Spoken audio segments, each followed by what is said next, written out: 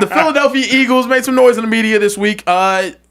Nick Sirianni, while asked during a presser this week, I'll let you take a listen. How do we know that this 2-game slide isn't the 2023 slide? How do you know it's not the 24 slide? Right. Bars. Absolute bars. Yeah, we also have this one. Hey, yeah. Quinyon Mitchell, Jalen Carter, and Landon Dickerson all practicing today. Nick Sirianni, for lack of a better term, letting them nuts hang right now, man. It's different. I like that. Here's how I know it's not the 2024 slide, though. Because there are too many voids on the Philadelphia Eagles roster. 2024, the roster was complete. You just had to tinker with some things. Jalen Hurts, don't pass the ball more than 25 times a game. Eagles go on to win. Jalen Hurts wins Super Bowl MVP. But right now, you got a question mark at right guard. You got a question mark at left guard and center as far as health.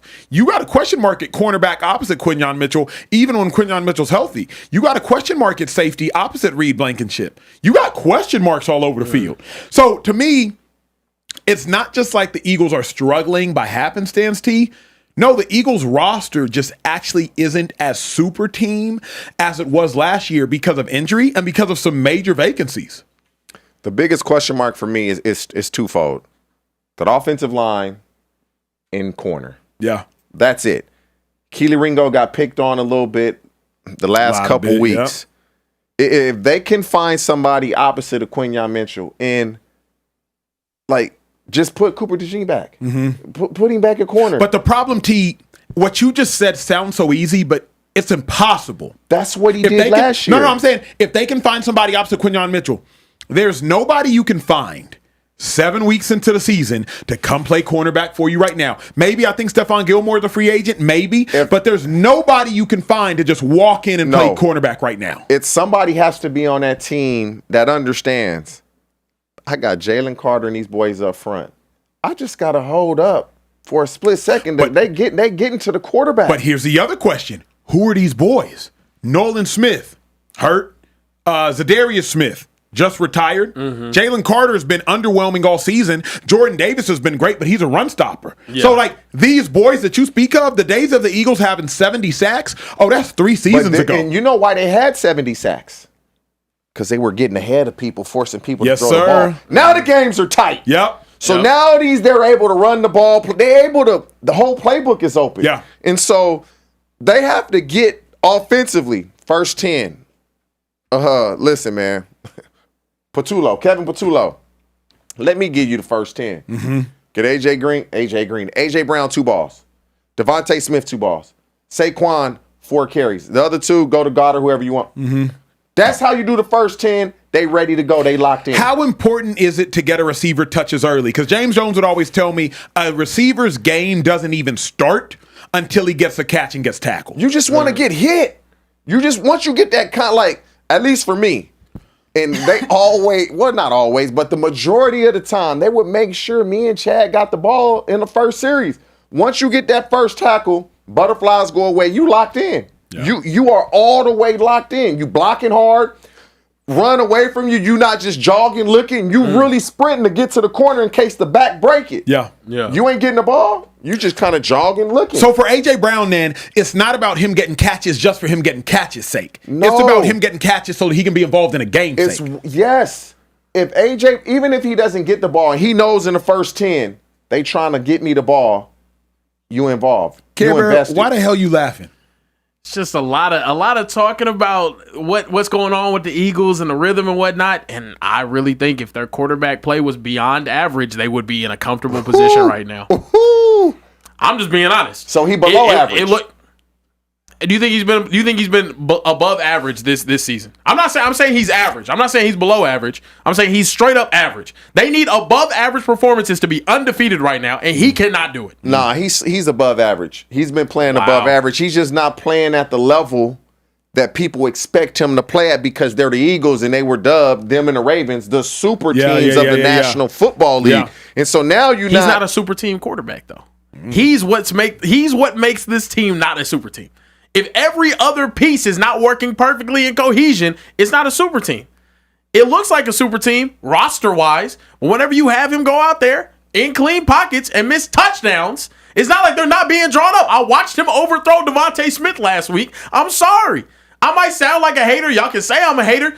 A lot of problems with the Eagles. The Eagles need to be in rhythm. Fan, so that's only fair, right? Fair, exactly. Yeah. The Eagles are so out of rhythm, they can't get A.J. Brown going. Who's the one throwing them the ball? Who's the one responsible for getting them the ball?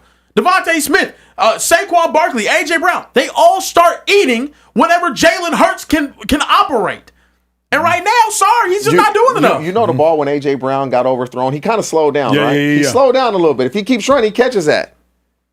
If he's getting the ball in the first series, he don't slow down. Correct. He's all out because he think he getting that ball all the time. Yeah. And that's how that matters. I never commented on that, one, because I like AJ. I'm partial to my dog. But at the end of the day, it's hard to explain if you ain't played. And I hate when you say that, but sometimes there are moments where it's like, players don't play 100% every We snap. all have done that. Players don't play like defensive linemen, linebacker. If I'm in man coverage on a running back and the quarterback's rolling out to the right and the running back's just out there left, I'm catching my breath. Quarterback ain't throwing it back to this dude. And if he does, I can react. Every player takes plays off. The kicker is, can you calculate the plays that you're taking off and not be noticed? AJ's like, Jalen ain't throwing this joint to me, so I'm going to take this one off. Because Jalen don't usually throw it to him. The problem was that time he did. People like, Acho, get mad at A.J. Brown. I'm like, for what? Everybody takes plays off. The dilemma is he got caught that time, but like Jalen Hurts has trained A.J. Brown to take certain plays off. And so he did. If he was involved, he would. Man, when you got a stutter go and it's cover 4, Yeah.